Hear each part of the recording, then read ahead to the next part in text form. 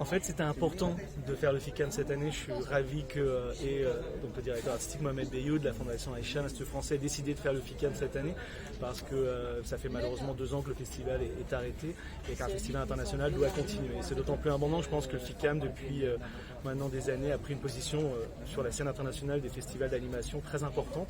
Et donc, il fallait absolument qu'elle se déroule. Et ce qui est intéressant, c'est de voir que même s'il y a moins d'invités, eh ben, il y a la même qualité, je pense, de propos, il y a la même qualité de projection, etc. qu'on a avant.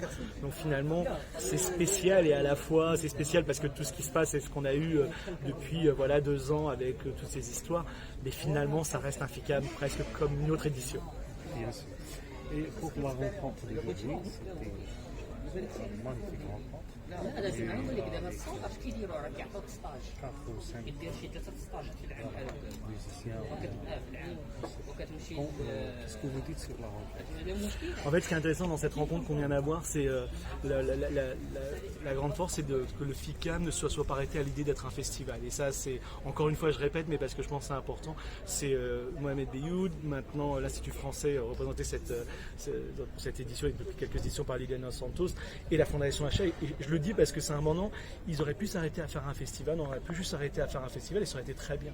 Et ils se sont dit que non, malheureusement pour l'instant au Maroc il n'y a toujours pas d'école d'animation, donc il fallait faire des ateliers, il fallait faire d'autres choses et notamment des résidences. Et là ce que vous venez de voir c'est intéressant parce qu'à part l'une des invitées, c'est toutes et tous des jeunes créateurs et créatrices. C'est des gens qui débutent ou qui ont besoin de cette rencontre avec le public, une première interview par exemple pour certains, ou en tout cas un début comme ça de rencontre. Et donc c'est très important, ça leur permet de comprendre un peu comment ils mettent leurs paroles en place, comment ils réfléchissent leurs films, etc.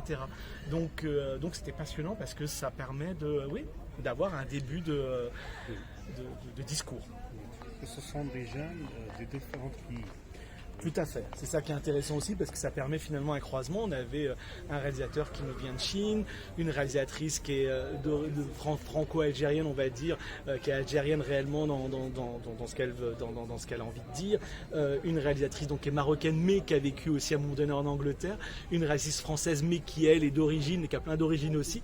Donc c'est passionnant pour tous ces gens-là parce que finalement non seulement il y a une dimension artistique mais il y a une dimension humaine et ça nourrit forcément. Vous l'avez entendu, en fait tous les projets sont des projets souvent assez personnels et que finalement si vous faites un projet personnel, si vous vous ouvrez à d'autres cultures, ça va enrichir votre projet. Donc c'est très important.